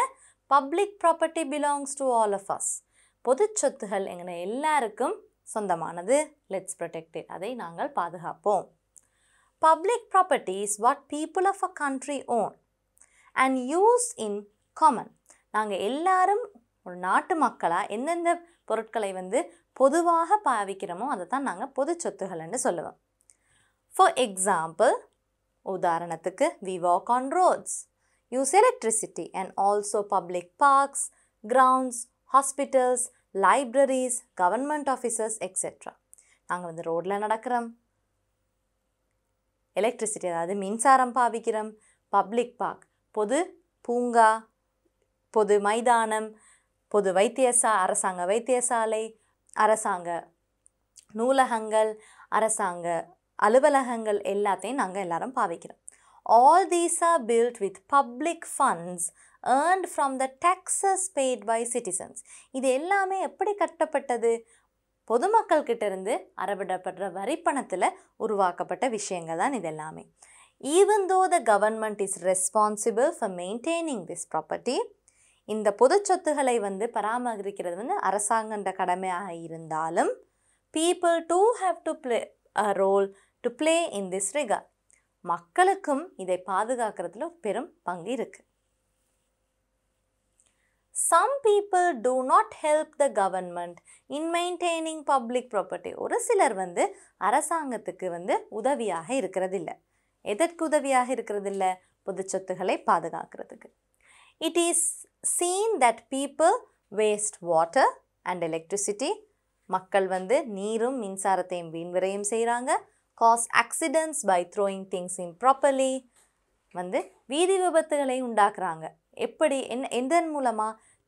ஒழுங்காக குப்பைகளை வீசாமல் வீதி விபத்துகள் உண்டாகுது. Vandalize public places. Vandalize public places. Remember we learned this in the grade 11 units. அப்போ நாங்கள் வந்து பொது சொத்துக்களை வந்து கிறுக்கி எழுதி அல்லது வெட்டி குத்தி அந்த மாதிரி சேதப்படுத்துறது. And throw garbage on the road. அடுத்தது வந்து குப்பைகளை சும்மா கண்டபடி ரோட்லேயே வீசிட்டு போகிறது. If people continue such behavior, the future generation will not be able to get the benefit from them. மக்கள் வந்து இப்படியே நடந்து கொண்டிருந்தால் எதிர்கால சந்ததியினருக்கு வந்து இந்த பொது சொத்துக்களை ஒழுங்காக பாவிக்க முடியாது. The government will have to spend a huge amount of money to repair them too. இப்போ மக்கள் இப்படியெல்லாம் பிஹேவ் பண்ணால் அரசாங்கம் வந்து ஒரு மிகப்பெரிய தொகையை கொண்டு திருத்த வேலைகளை செய்ய வேண்டி வரும். Therefore, it is our duty to protect public property. அதனால் இது வந்து பொது சொத்துக்களை பேணுவது வந்து எங்கட கடமை ஆகும். Number 14. Write these sentences in reported speech. Do you all remember reported speech? We change from direct to indirect speech. அதாவது ஒருத்தர் சொன்ன வார்த்தைகளை நீங்கள் இன்னொருத்தர்கிட்ட ஒப்புவிக்கிற நேரம் நாங்கள் மாற்றி எழுதணும். அதைத்தான் நாங்கள் இங்கே படிக்க போகிறோம். இப்போ வந்து டிரெக்ட் டு இன்டிரெக்ட் ஸ்பீச் மாற்றுற நேரம் ஒரு சில விஷயங்களை நீங்கள் கவனத்தில் கொள்ளணும். என்ன மாதிரியான விஷயங்கள்? டென்ஸை ஞாபகம் வச்சுக்கொள்ளணும். ப்ரோனவுன்ஸ், அந்த ஹீ ஷீ இட் அந்த மாதிரியான விதிகள். அதே நேரம் செட், தட் இதை ஞாபகமாக நாங்கள் எழுதணும். வேறு என்ன விஷயங்களை கவனத்தில் கொள்ளணும்? நாங்கள் டைம் ரெஃபரன்ஸ், கால நேரத்துக்கான ரெஃபரன்ஸ், அதாவது வந்து டுடே என்று சொல்கிறத நாங்கள் நெக்ஸ்ட் டே, எஸ்டர்டேன்றதை நாங்கள் ப்ரீவியஸ் டே, இந்த மாதிரி மாற்றி எழுதணும். Now let's look at the questions. Manjula says, I love my village. இப்போ இந்த இடத்துல நாங்கள் எதெல்லாத்தையும் மாற்றணும்? says மாற்றணும், I love my இது எல்லாமே நாங்கள் மாற்றணும். ஸோ இதில் நாங்கள் எப்படி எழுதலாம்? Manjula said that I வந்து இங்கே he ஆக மாறும். That he loved his village. He asked me, do you like to play cricket? அவர் என்னட்ட கேட்டார், உங்களுக்கு வந்து கிரிக்கெட் விளையாட பிடிக்குமாண்டு. ஸோ இங்கே நாங்கள் என்ன எழுதணும்? He asked me. இது ஒரு கொஷன். இப்போ நாங்கள் கொஷனை வந்து கொஷனாகவே ரிப்பீட் பண்ண முடியுமா? இல்லை. நாங்கள் வந்து ஒரு ஸ்டேட்மெண்ட்டாக மாற்றணும். He asked me whether I கேள்வி உங்கள்கிட்ட கேட்கப்பட்டனால நீங்கள் ரிப்பீட் பண்ண நேரம் யூவை வந்து ஐயாக மாற்றணும். I liked to play cricket.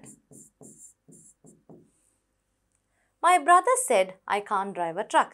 என்ற தம்பி அல்லது அண்ணா சொன்னார், எனக்கு ஒரு ட்ரக்கை வந்து ஓட்ட எனக்கு தெரியாதுண்டு.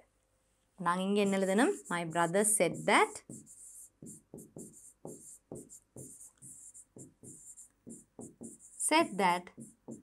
he can't வந்து cannot.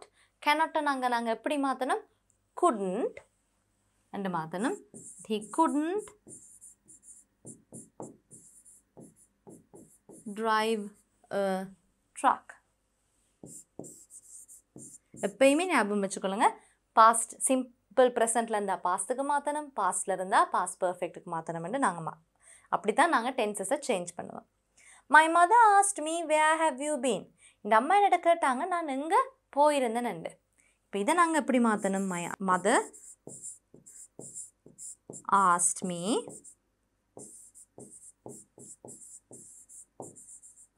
இது வந்து வேர் அப்படின்ற ஆரம்பிக்கிறனால வேற அப்படியே வச்சு நாங்கள் வந்து வசனத்தை மாற்றலாம்.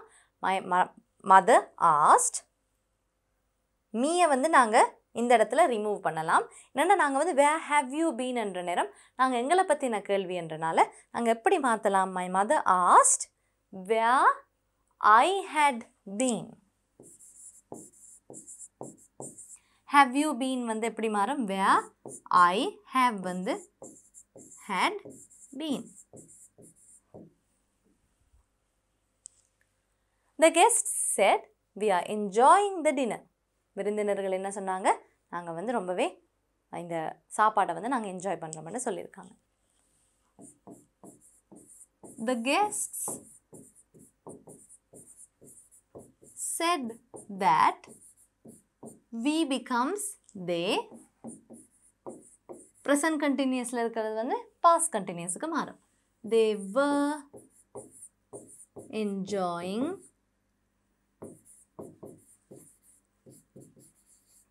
the dinner. She said I will definitely buy a computer. அவங்க சொன்னாங்க நான் கட்டாயமாக ஒரு கம்ப்யூட்டர் வாங்குவேன். அப்போ she said that I becomes she. She will the past tense என்ன? would. She would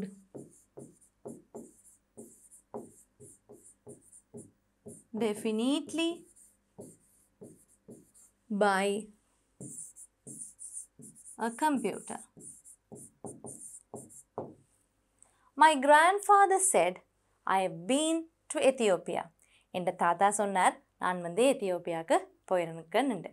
இப்போ நாங்கள் இதை எப்படி மாற்றணும்? My grandfather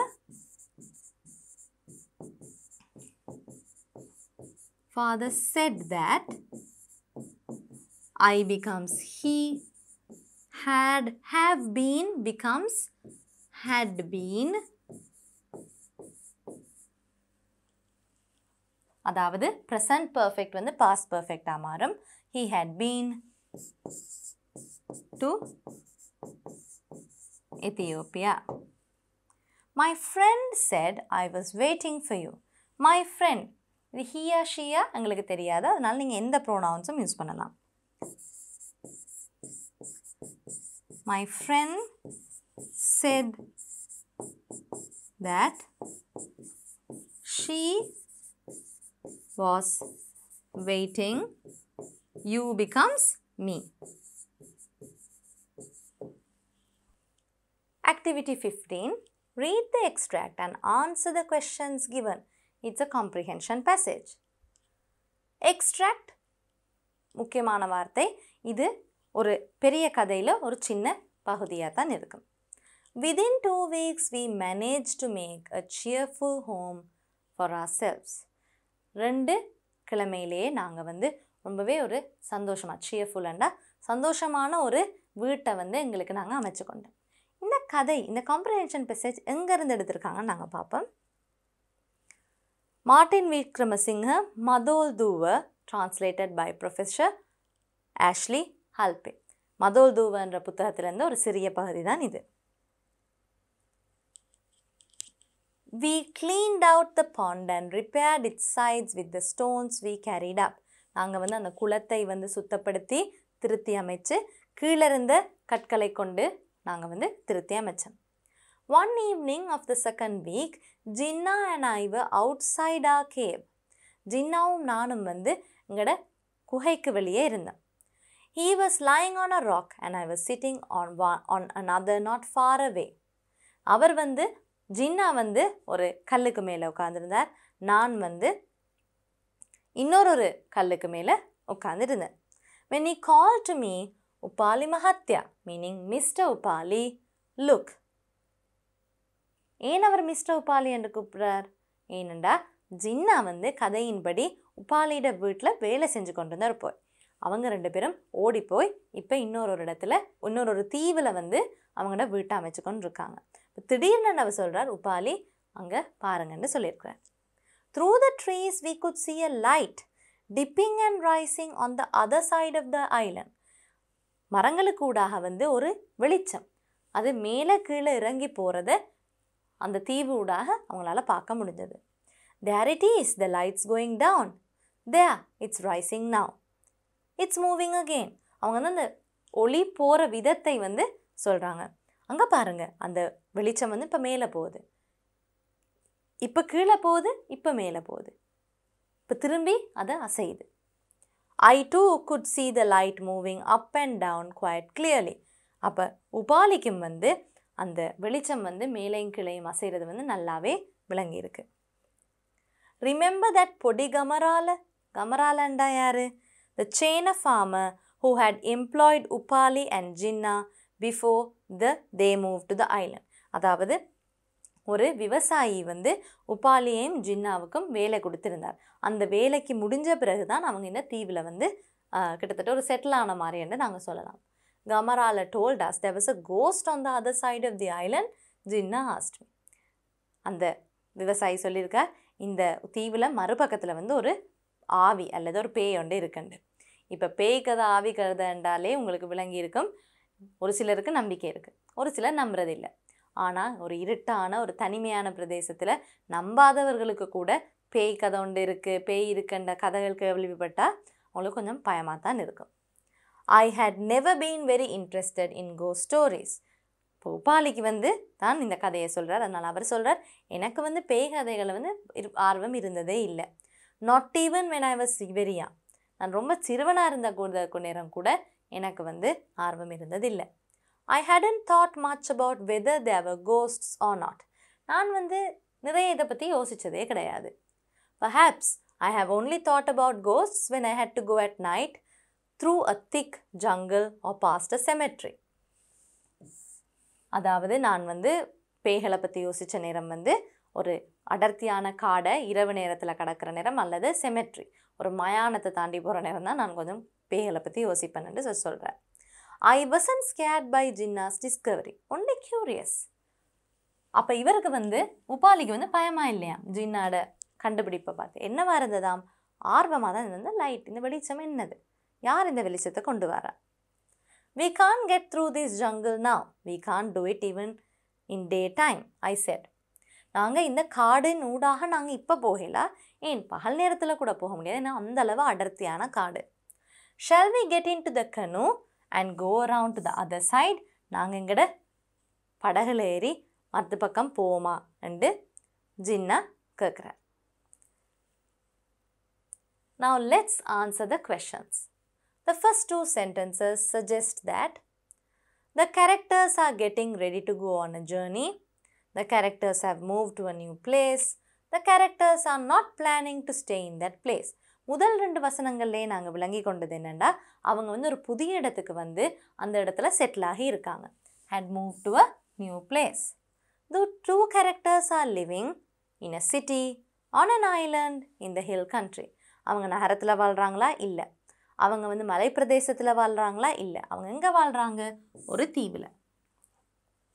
The setting of this story is urban, நகர்ப்புறம், rural, கிராமப்புறம், neither. ரெண்டுமே இல்லை.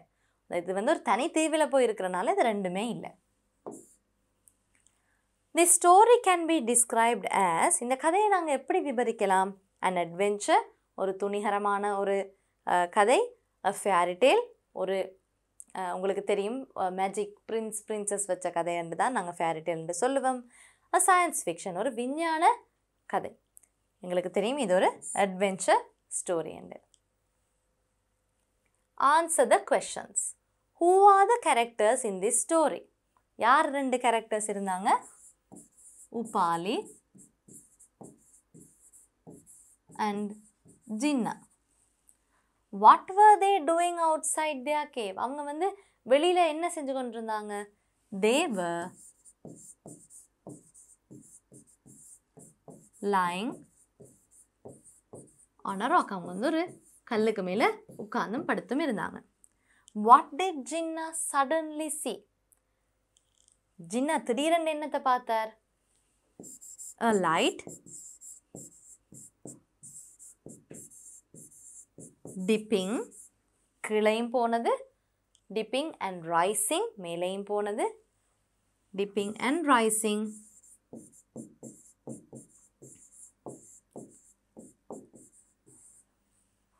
On the other side of the island.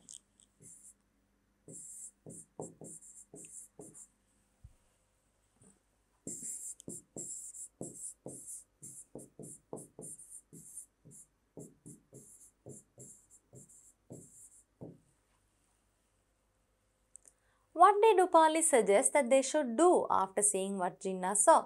Upali என்ன suggest பண்ணினார்?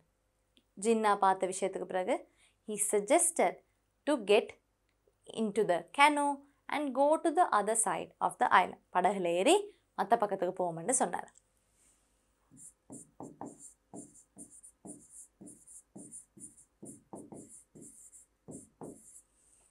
To get into the canoe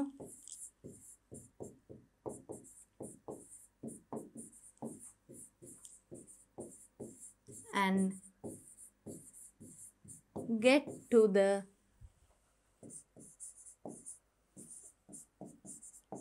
other side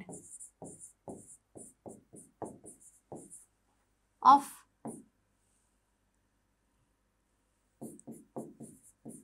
the island. What does this extract say about Upali's character? அங்க வந்து உபாலியை வந்து எப்படி வந்து நாங்கள் விவரிக்கலாம்? Upali is fearless. ஏன்னா அவருக்கு பேய்களுக்கெல்லாம் பயம் இல்லை, நம்பிக்கையும் இல்லை. உபாலி is fearless, curious, ஆர்வம் மிக்கவர், and adventurous, துணிகரமானவரும் கூட. Find similar words to the following from the extract. Graveyard, cemetery, mayanam. A paddled boat, துடுப்பு இருக்கிற படகை நாங்கள் என்ன சொல்லுவோம்? canoe.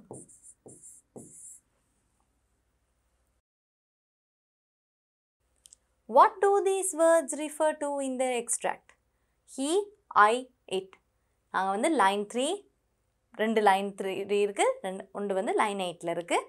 நீங்கள் அதை அங்கே போய் நீங்கள் பார்த்தீங்கன்றாலும் உங்களுக்கு தெரியும். He in line 3 is Jinnah. I is always Upali. நான் உபாலி தான் கதையை சொல்கிறேன். It is what? The light. Write the sentence that suggests that there is a river or sea nearby. அவங்க எப்படி போக போகிறாங்க? இது ஒரு ஐலண்ட் இல்லையா? அப்போ வந்து சுற்றி வர வந்து கடல் தான் இருக்கும் இல்லையா? கடலும் இருக்கலாம், அதே நேரம் ஆறுக்கும் கூட இருக்கலாம். நீங்கள் முழு புத்தகத்தையும் வாசிச்சிங்கன்னா உங்களுக்கு தெரியும் இந்த தீவு வந்து எங்கே இருந்துச்சுண்டு. அப்போ நாங்கள் என்ன வசனம் எழுதலாம்? ஷால் வி, எக்ஸ்ட்ராக்ட்லேருந்து எடுத்து எழுதுறதுனால நீங்கள் கோட்டேஷன் மார்க்ஸ் பாவிக்கணும். Shall we get into the canoe and go round to the other side.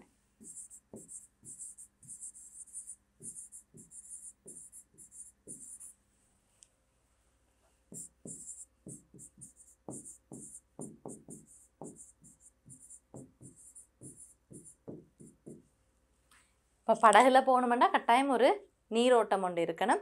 அது ஆறாகவும் இருக்கலாம், கடலாகவும் இருக்கலாம். இந்த மாதிரி நீங்கள் ஒழுங்காக கவனமாக காம்ப்ரிஹென்ஷன் பேசேஜை வாசித்து நீங்கள் விடையை எழுதணும். Now we are at the final test. Number 16. Refer to the mind map and write an essay titled Destroying the Environment is Destroying Ourselves. இதுதான் நீங்கள் கொடுத்துருக்குற மைண்ட் மேப். நாங்களும் நிறைய மைண்ட் மேப் வந்து எழுதியிருக்கோம் எங்களோட எஸ்ஏஸுக்கும். டாபிக் என்ன? டிஸ்ட்ராயிங் த என்வாயர்மெண்ட். சூழலை அழிக்கிறது வந்து எங்களையே அழிச்சு கொள்கிற மாதிரி. You can add your own ideas to make the essay more detailed. நீங்கள் உங்களோட கருத்துகளையும் எழுதி இந்த கட்டுரையை வந்து இன்னும் அதிகமாக ஒரு நல்ல கட்டுரையாக மாற்றலாம். Finally make an appeal to the public to stop the destruction. கடைசியாக நீங்கள் எதோட நிறைவு செய்யணும்? பொதுமக்கள்கிட்ட நீங்கள் ஒரு வேண்டுகோள் விடுக்கணும். இப்படி சூழலை நீங்கள் அழிக்க வேண்டாம் என்று நீங்கள் வேண்டுகோள் விடுக்கணும்.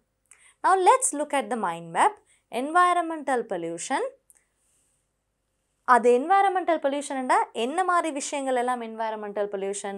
Cutting down trees, மரங்களை வெட்டுறது, throwing garbage everywhere, குப்பையை எல்லா இடத்துலையும் வீசுறது, using pesticides excessively, அதாவது ஆர்டிஃபிஷியல் கெமிக்கல் கிருமி நாசிகளை வந்து மிகவும் அதிகமாக பாவிக்கிறது, ரிலீஸிங் கார்பேஜ் டு வாட்டர், குப்பைகளை தண்ணீரில் வீசுறது, emitting harmful gases to the air, carbon monoxide, carbon dioxide போன்ற நச்சு தன்மை வாய்ந்த நிறைய வாயுக்களை வந்து நாங்கள் எங்களோட சூழலில் விடுறது, ஹார்ஷ் ஹை ஃப்ரீக்குவன்சி சவுண்ட்ஸ், மிகவும் ரொம்பவே சத்தமாக உள்ள ஒரு சில விஷயங்களை நாங்கள் செய்கிறது.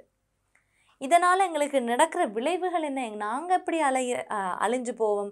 ரெஸ்பிரேட்டரி டிசீசஸ் லைக் அஸ்மா, எங்களுக்கு வந்து நுரையீரல் நோய்கள் வரலாம், டெங்கு, மலேரியா போன்ற நோய்களும் வரலாம், partial and complete hearing loss, காது கேட்காமல் போகலாம், லேண்ட் இன்ஃபர்டிலிட்டி, நிலம் வந்து தரிசி நிலமாக போயிடும், குளோபல் வார்மிங், புவி வெப்பமயமாதல் நடக்கும், எக்ஸ்டிங்ஷன் ஆஃப் அனிமல்ஸ், மிருகங்கள் வந்து கொஞ்சம் கொஞ்சமாக முழுக்கவே அழிந்து போகும். Environmental pollution. Environmental pollution is one of the most critical threats faced by our planet today. சூழல் மாசுபாடு தான் எங்களோட பூமிக்கு வந்து மிகவும் அதிகமான ஒரு பிரச்சனையாக, பெரிய பிரச்சனையாக இருக்குது. This is a global issue. இது வந்து எங்களோட நாட்டுக்கு மட்டுமில்லை, இது உலகமே முகம் கொடுக்க வேண்டிய ஒரு பிரச்சனை.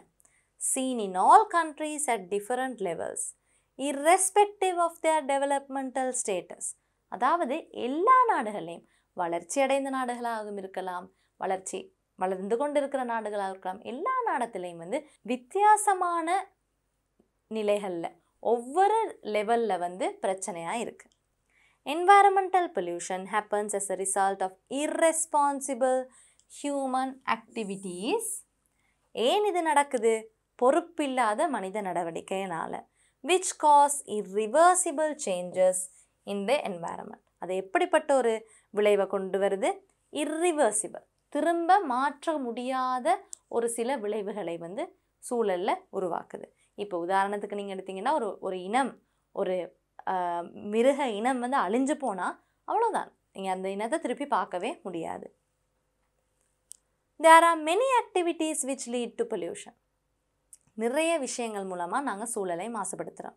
Out of them, deforestation is one of the major causes because it increases global temperature. காடுகளை அழிப்பது தான் மிக முக்கியமான ஒரு பிரச்சனையாக இருக்கு. அதன் மூலமாக புவி வெப்பமயமாகுதலும் நடக்குது. Improper disposal of garbage is another way of harming environment. அதாவது குப்பைகளை கண்டபடி வீசுறனாலும் நாங்கள் சூழலை மாசுபடுத்துகிறோம். It affects biodiversity and cause health hazards in addition to making the surroundings unpleasant. அது எங்களோட சுற்றுச்சூழலில் வாழ்கிற மிருகங்களுக்கு பாதிப்பை ஏற்படுத்துது. அதே நேரம் எங்களுக்கு நோயை கொடுக்குது. குப்பைகளை கண்டபடி வீசினா டெங்கு மலேரியா போன்ற நோய்கள் வரும். அதே நேரம் எங்களோட சூழல் பார்க்க ரொம்பவே அழகில்லாமல் இருக்கும். Some people release their garbage to water. ஒரு சிலர் குப்பைகளை தண்ணீர் நிலை தேக்கங்களில் விட்டுருவாங்க. ஆறுகள், கெனல்கள் மாதிரி இடங்களில். Causing a threat to aquatic plants and animals. அதாவது நீர்வாழ் தாவரங்கள் மிருகங்களுக்கு பிரச்சனையை உண்டு பண்ணும். Emitting harmful gases from factories and vehicles is equally threatening since it causes air pollution. தொழிற்சாலைகள் வாகனங்கள்லேருந்து வர நச்சுத்தன்மையான வாயு மூலமாக எங்களுக்கு பெரிய பாதிப்பு இருக்குது. அது எங்களோட வளிமண்டலத்தை மாசுபடுத்துது. Producing high frequency sounds and using pesticides excessively also fall into the category of irresponsible acts which lead to hazardous situations. அதாவது மிக மிக சத்தமான விஷயங்களை செய்கிறது, பட்டாசு போடுறதா இருக்கலாம், ரொம்பவே சத்தமாக பாட்டு கேட்குறதாக இருக்கலாம், மற்றும் ஆர்டிஃபிஷியல் கெமிக்கல் பெஸ்டிசைட்ஸ் கிருமிநாசினி யூஸ் பண்ணுறனாலையும் அதிகமாக யூஸ் பண்ணுறனாலையும் நாங்கள் அதையும் பொறுப்பற்ற மனித நடவடிக்கை என்று சொல்லலாம். அது எப்படி என்ன நடக்குது, அதனால எங்களுக்கு மிகவும் பாரதூரமான பிரச்சனைகளை கொடுக்கக்கூடிய சூழலுக்கு நாங்கள் போகிறோம். There can be adverse effects of environmental pollution. சூழல் மாசுபடுறனால எங்களுக்கு ரொம்பவே எதிர்மறையான விளைவுகள் எங்களுக்கு கிடைக்குது. Most of them health hazards. Hazards என்ன? எங்களுக்கான தீவிர நோய்களாக இருக்கலாம், பிரச்சனைகளாக இருக்கலாம், ஆபத்துன்றது தான் நாங்கள் ஹசார்டுன்னு சொல்லுவோம். Respiratory diseases like asthma and also diseases like dengue and malaria. இந்த மாதிரி நோய்கள் எங்களுக்கு வர வாய்ப்பு இருக்குது. There can even be worse conditions such as partial or complete hearing loss. ரொம்பவே சத்தமாக எதுவும் இருந்துச்சுன்னா உங்களுக்கு காது கூட கேட்காமல் போகலாம். Global warming, land infertility and extinction of animals are broader issues affecting the entire planet.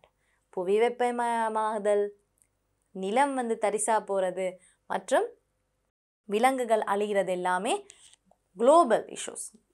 உலகம் பூரா எல்லா நாடுகளையும் இந்த பிரச்சனைகள் இருக்குது. Based on the above facts, it is not exaggerating to say that destroying the environment is destroying ourselves. மேலுள்ள தரவுகளின்படி நாங்கள் சுற்றுச்சூழலை அழிக்கிறனால எங்களையே நாங்கள் அழிச்சுக்கொள்கிறோம் என்று சொல்கிறது ஒரு மிகைப்படுத்தல் அல்ல. எக்ஸாஜரேஷன் என்ன பெருசுபடுத்தி சொல்கிறது. Thus, there is a dire need to minimize environmental pollution. Dire need என்றால் ரொம்பவே முக்கியமான ஒரு தேவை இருக்குது இந்த சூழல் மாசுபடுதலை நாங்கள் குறைக்கிறதுக்கு. This cannot be done only by a government or organizations. இது வெறும் அரசாங்கத்தினாலேயும் சரி தன்னாவலர்களாலேயும் சரி எங்களால் நிப்பாட்ட முடியாது. Each individual should act in a responsible manner. ஒவ்வொருத்தரும் பொறுப்பாக நடந்து கொள்ளணும். We must preserve the resources of this planet for the future generations. இந்த எங்களோட பூமியில் இருக்கிற வளங்களை எதிர்கால சந்ததியினருக்கு நாங்கள் பாதுகாத்து வைக்கணும். Save the environment and you will save the life and future. நீங்கள் சூழலை காப்பாற்றினால் உங்களோட வாழ்க்கையையும் உங்களோட எதிர்காலத்தையும் நீங்கள் காப்பாற்றிக் கொள்ளலாம் என்று சொல்லி நாங்கள் இந்த கட்டுரையை முடிவு செய்யலாம். இப்போ நாங்கள் முக்கியமாக இந்த ரிவிஷனில் ப்ரிஃபிக்ஸஸ் சஃபிக்ஸஸ் எல்லாம் பார்த்தோம், நிறைய கிராமர் ஆக்டிவிட்டி பார்த்தோம், அதே நேரம் எஸ்ஏஸ் கட்டுரைகள் எப்படி எழுதுனதுன்னெல்லாம் நாங்கள் படித்தோம். Now we have completed all the activities in revision 1 in your grade 11 workbook.